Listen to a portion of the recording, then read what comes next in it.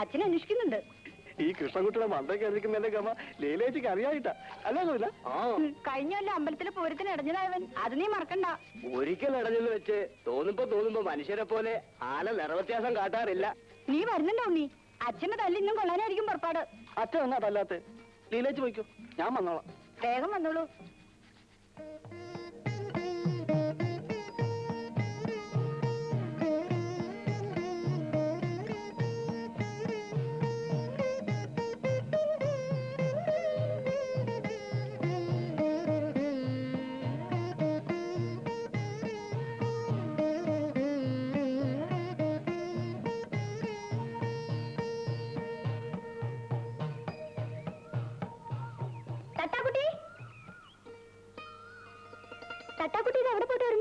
നന്നായിട്ട് പുഴയിലൊന്ന് മുങ്ങിക്കുളിച്ചു.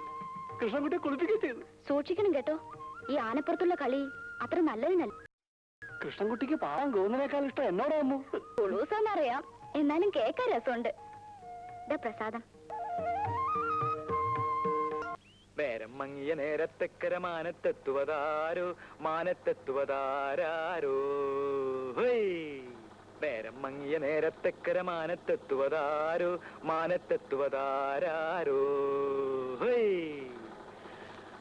അങ്ങും ഇങ്ങും നക്ഷത്രങ്ങൾ എന്നുടെ വലയിൽ വീണല്ലോ, എന്നുടെ വലയിൽ വീണല്ലോ, എന്നുടെ വലയിൽ വീണല്ലോ, എന്നുടെ വലയിൽ. ഇന്ന് വൈകുന്നേരം രാജകുമാരി വരും. രാജകുമാരിയോ? ആശാൻ തമാശ. ഇന്ന് ബ്ലൗസ് തച്ചു കൊടുക്കാന്നാ പറഞ്ഞിരിക്കുന്നത്. അതിന് ബ്ലൗസിന്റെ അളവ് വേണ്ടേ? അളവ് ബ്ലൗസ് മേശക്കടിയിൽ ആശാൻ ഒളിപ്പിച്ച് വെച്ചിരിക്കല്ലേ. എടാ ആ അളവ് ബ്ലൗസ് കൊണ്ട് ബ്ലൗസ് വെച്ചാലേ അവളുടെ ഇപ്പോഴത്തെ കണ്ടീഷൻ അനുസരിച്ച് അതങ്ങനെ കടക്കില്ല. ആശാൻ അവർ തൊട്ടും പിടിച്ച് അളവെടുക്കാൻ വേണ്ടി അല്ലേ ആശാനെ? നേരം മങ്ങിയ നേരത്തക്കര മാനത്തെത്തുവതാരോ. ബ്ലൗസ് വെച്ചോ? എന്ത് ചോദ്യ രാജകുമാരി ഇത്? അളവെടുക്കാതെ ബ്ലൗസ് തയ്ക്കാൻ പറ്റുമോ? അളവ് ബ്ലൗസ് ഞാൻ തന്നിരുന്നല്ലോ. അതുകൊണ്ട് ബ്ലൗസ് തയ്ച്ചാ രാജകുമാരിക്ക് ഇടാൻ പറ്റില്ല. എന്റെ രാജകുമാരി, ഇത് നിന്റെ കല്യാണ സമയത്തുള്ള ബ്ലൗസ് അല്ലേ? അന്നത്തെ പോലെ നീ ഇപ്പിരിക്കുന്നത്. ശരിയാ, ഞാനതങ്ങ് മറന്നു. പക്ഷേ ഇന്ന് എനിക്ക് ബ്ലൗസ് വേണം. അതിന് 1 മണിക്കൂർ സമയം പോരെ? രാജകുമാരി വാ, അളവെടുക്കാം.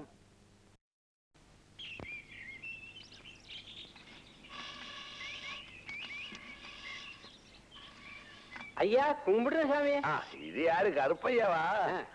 என்னவா சவுக்கின்றாரா? ஆமா சாமி. இது யாரு? நம்ம இளைய பொண்ணு காமாட்சி. அப்படியா? உனக்கு இത്രയും വലിയൊരു മകളുണ്ട് അറിഞ്ഞില്ലല്ലോ കയ്യാ. നീ വന്നില്ലല്ലോന്ന് ഞാൻ നിனைச்சிருக்காയിരുന്നു. വേറെ 3-4 പാർട്ടി ഇങ്ങ வந்து நான் யாருக்கும் கொடுத்தில்லை. ரொம்ப உபகாரம் சாமி. உனக்கு தெரியுமா, முட்டம் நிறைய பொண்ணு இருக்கு. 2 வருஷத்துக்கு முன்னால நீ மட்டும் இங்க வந்து பொண்ணு எடுத்தது. அதுக்கப்புறம் யாருக்கும் கொடுக்கலையா? பணம் எத்தனை சாமி? விலை என்ன? நீ ஒரு 1000 ரூபாய் போடும். 1000 ரூபாயா? என்ன சாமி இது? இந்த மண்ணை முழுசா அடிச்சா கூட 1/4 பவுனுக்கு மேல பொண்ணு கிடைக்காது. நான் ஒரு 250 ரூபாய் தர்றேன் சாமி. போயா, 250 ரூபாய். போய் வேலை பாரு. அப்படி எல்லாம் சொல்லாதீங்க சாமி. இந்த மாதிரி ஏதாவது கிடைச்சாதான் இந்த பொண்ணோட கல்யாணமே நடக்கும். கடைசியா ஒண்ணு சொல்றேன், 500 ரூபாய் விடு. அது இவ்வளவு ஓர்த்துட்டா. இவ்வளவு கல்யாணம் பண்ணி ரட்சப்பட்டேன் சாமி. நான் ஒரு 400 ரூபாய் தர்றேன் சாமி. அவ்வளவுதான் எங்க கிட்ட இருக்கு. மேற்கொண்டு ஒரு தம்படி கூட கிடையாது சாமி. சரி சரி கொடு. இந்தாங்க சாமி. வேலை உறங்கிக்கோ.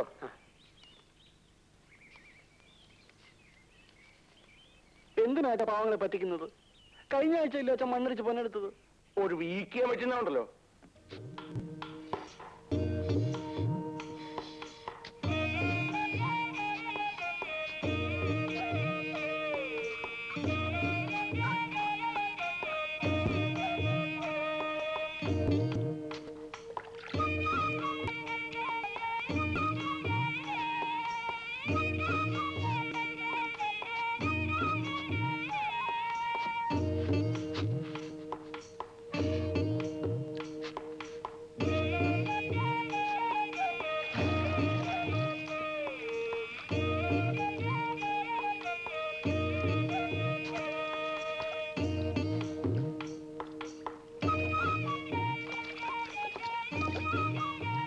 கருப்பையா எப்படி இருக்க அவ்வளவுதானே? ஒண்ணும் கிடைக்கிற மாதிரி இல்லையே சாமி. கிடைக்கும் கிடைக்கும், நன்னாய் பாருங்க.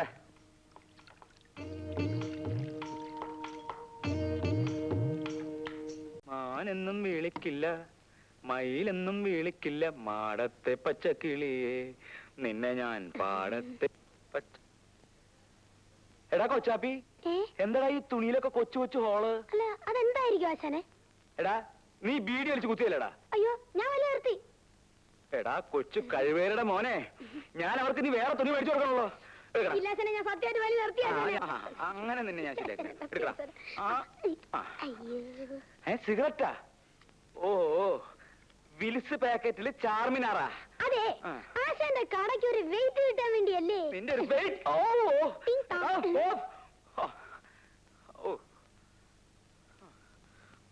ഓരോരോ കള്ളന്മാര്.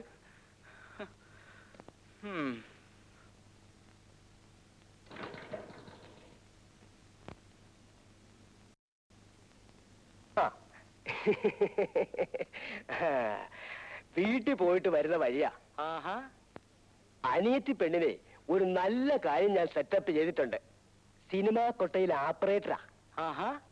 കല്യാണം കഴിയുന്ന അന്ന് മുതല് നിനക്കും നിന്റെ സ്വന്തം ഭാര്യയ്ക്കും ഫ്രീ സിനിമ കാണാനുള്ള സെറ്റപ്പ് ഞാൻ ചെയ്തിട്ടുണ്ട്. അടുത്ത വ്യാഴാഴ്ച ചെറുക്കനും കൂട്ടരും പെണ്ണ് കാണാൻ വരുന്നതിനുള്ള സെറ്റപ്പും ഉണ്ടാക്കിയിട്ടുണ്ട്. ആഹാ. വലിയ സ്ത്രീധനമൊന്നും കൊടുക്കാത്ത തരത്തിലുള്ള സെറ്റ്. ഒരു കാര്യം, അവൾ എന്റെ ഭാര്യയുടെ അനുജത്തിയാ. എന്നാലും ഉള്ളത് ഞാൻ പറയും. തനിക്കും കൂടി അടി കൊള്ളാതിരിക്കാനുള്ള സെറ്റപ്പിന് വേണ്ടിയാ ഞാൻ ഈ പറയണത്. നീ കാര്യം എന്താ വെച്ചാ, അവൾക്ക് ഒരു ലവ് ഉണ്ട്, ഒരു പ്രേമം. നീയായിട്ട് അങ്ങനെ വെച്ചാൽ സാരില്ല. വീട്ടിലാവുമ്പോ ആരും അറിയില്ലെന്ന് വെക്കാം. ഇത് കേസ് കെട്ട് വേറെയാ. ആരാ ആരാ? ഒരു പോലീസുകാരനായി. നീ പറഞ്ഞത് നന്നായി. ഞാൻ ഇപ്പൊ തന്നെ ചെന്ന് ഒഴിവ് പറഞ്ഞ് ഈ സ്ഥലം മാറ്റാം. അവന്റെ അമ്മയുടെ ഒരു സെറ്റപ്പും ഒരു ഓപ്പറേറ്ററും.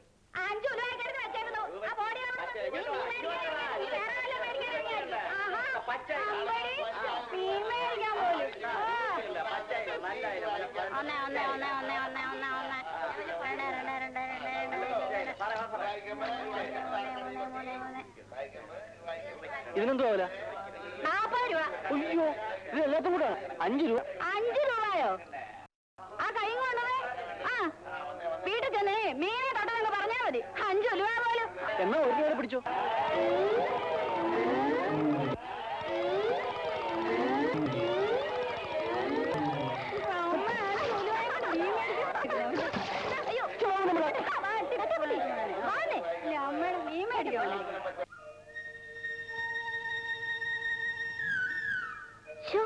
എന്തൊരു നാറ്റം. പോന്ന വഴിക്ക് ഒന്ന് കുളിച്ചിട്ട് പോ.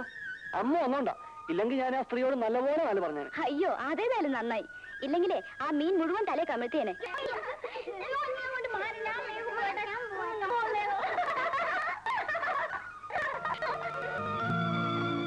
പഠിക്കാത്തതിന് പാറൂട്ടി ടീച്ചറുടെ തല്ല് എന്നും എനിക്ക് കൊള്ളുമായിരുന്നെങ്കിലും ഈ കുട്ടികളെ കാണുമ്പോഴാ ആ കാലം കഴിഞ്ഞതിൽ വിഷമം തോന്നുന്നത്. അല്ലേ തട്ടാക്കുട്ടി? ശരിയാ, കുട്ടികളായിരിക്കുമ്പോ തോന്നും വേഗം വലുതാവണമെന്ന്. ഇപ്പൊ തോന്നുന്നു വേണ്ടായിരുന്നു. തട്ടാക്കുട്ടി മിടുക്കനായിരുന്നു, ഞാനൊരു മണ്ടിയും. തട്ടാക്കുട്ടി പഠിത്തം നിർത്തണ്ടായിരുന്നു. എനിക്ക് വലിയ ആശ ഉണ്ടായിരുന്നു, നമ്മളെ കണക്ക് പഠിപ്പിച്ച ഗോപാല സാറിനെ പോലെ ഒരു സാറാകണമെന്ന്. എന്നാ തട്ടിക്ക് പഠിക്കായിരുന്നു. കണക്കില്ലായിരുന്നു. ഇപ്പോഴും ഓർക്കുന്നുണ്ട്, കുട്ടിയെ വിളിച്ചപ്പോ എന്റെ പുത്തൻ രാശി ഒഴിച്ചു. എന്ത് ദേഷ്യായിരുന്നു തട്ടാക്കുട്ടിക്ക്. എന്നിട്ട് നീയല്ല തട്ടാക്കുട്ടി തട്ടാക്കുട്ടി തട്ടാക്കുട്ടി എന്ന് ഒരു 100 തവണയെങ്കിലും വിളിച്ചു കാണും. എല്ലാരും എന്നെ ഉണ്ണീന്ന് വിളിക്കുന്നതിനേക്കാൾ അമ്മൂട്ടേനെ തട്ടാക്കുട്ടീന്ന് വിളിക്കുന്നത് കേൾക്കാനാ ഇന്നെനിക്കിഷ്ടം. നേരം മങ്ങിയ നേരത്തക്കര മാനത്തെത്തുവതാരാ? എന്താ എന്താ വിളിച്ചേട്ടാ? വിശേഷം വല്ലതും ഉണ്ടോ? നിനക്ക് നേരിട്ട് അളവെടുത്താലേ തയ്യൽ വരത്തുള്ളൂ. ഏയ് അങ്ങനെയൊന്നുമില്ല. ഇപ്പൊ ബ്ലൗസ് കൊണ്ടുവന്നാല് ആ ബ്ലൗസ് വെച്ച് അളവ് കൊടുക്കാം. പിന്നെ സ്വന്തക്കാരാവുമ്പോ കറക്റ്റ് ആയിട്ട് ഫിറ്റ് ആയിട്ട് അല്ല നന്നാവാൻ വേണ്ടി. നീ ഇവിടെ കുറെ നന്നാക്കുന്ന ലക്ഷ്യമുണ്ട്. അടിച്ചു. അയ്യോ എന്നെ തല്ലല്ലേ. ഭാര്യ യൂട്രസ് ഒരു അത്യാവശ്യത്തിന് വേണ്ടി മാറ്റി വെച്ചിരിക്ക. തല്ലിയ കേടുപറ്റേ. നിന്റെ തിരിച്ചുകൊള്ളു. തുറന്ന മണി കൊണ്ടോ. അവന്റെ ഒരു അളവെടുപ്പ്.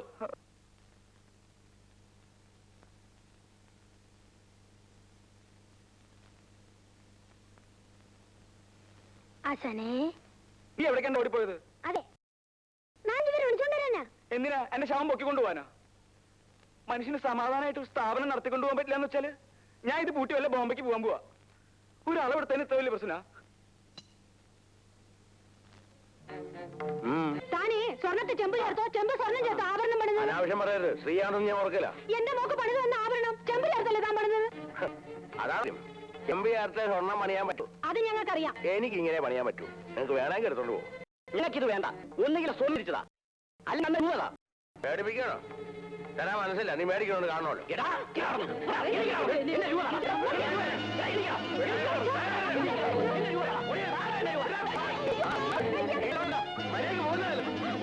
ഒന്നും തിരിച്ചു മേടിച്ചില്ലെങ്കിൽ എന്റെ പേര് ദാമോദരനല്ല.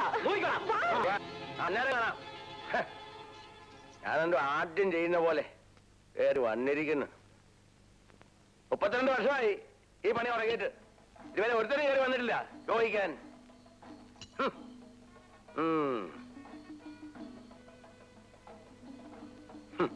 സ്വർണ്ണത്തിൽ ചെമ്പി ചേർക്കാൻ പാടില്ലെന്ന്.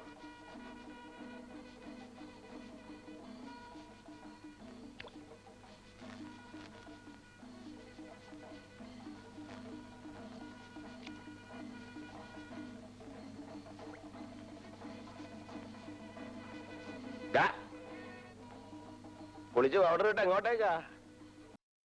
നീ വന്ന് അവിടെ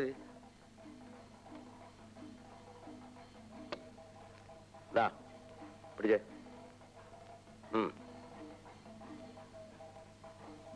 പിന്നൊരു കാര്യം, കാവില് പൂർവ്വം മേളമൊക്കെ നടക്കും.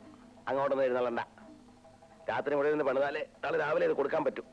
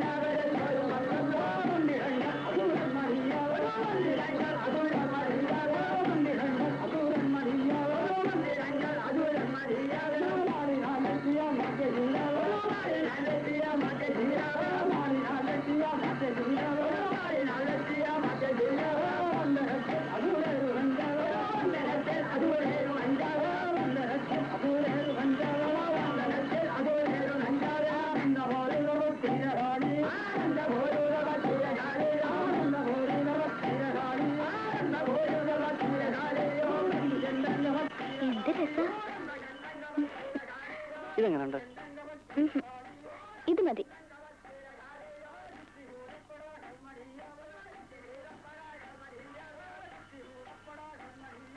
കൊള്ളാവോ? മുത്തുമാല ഇട്ടിട്ട് അമ്മൂട്ടിക്ക് ഒരു ചന്തവുമില്ല. പാവങ്ങൾക്കൊക്കെ ഇത് തന്നെ അധികം. സ്വർണ്ണപ്പണിയും പണം പലിശയ്ക്ക് കൊടുക്കലൊന്നും ഞങ്ങൾക്കില്ലല്ലോ. അത് അച്ഛനല്ലയോ? ആ, കാശുണ്ടാകട്ടെ. പൊന്നുകൊണ്ടൊരു മാല തീർത്ത് ഈ കൈ കൊണ്ട് ഞാൻ എന്റെ അമ്മൂന്റെ കഴുത്തിൽ കിട്ടും. ആർക്കും പണിത് കൊടുക്കാത്ത ഒരു പണിത്തരമായിരിക്കും അത്. ആ മാലയുടെ പേരെന്താ നമ്മട്ടിക്കറിയാവോ? എന്താ? കല്യാണമാല. ദേ, എനിക്ക് തരാൻ വേണ്ടി വല്ലവരും കൊണ്ടു കൊടുത്തിരിക്കുന്ന പൊന്നെടുത്ത് മാല തീർത്തിട്ടേ വെറുതെ അച്ഛൻ്റെ ഇത് അടി വാങ്ങരുത്. എനിക്കാരുടെയും പൊന്നു വേണ്ട. എന്റെ അമ്മൂട്ടിയുടെ കഴുത്തിൽ കെട്ടാനുള്ള പൊന്ന് ഈ ഞാൻ അധ്വാനിച്ചുണ്ടാക്കും.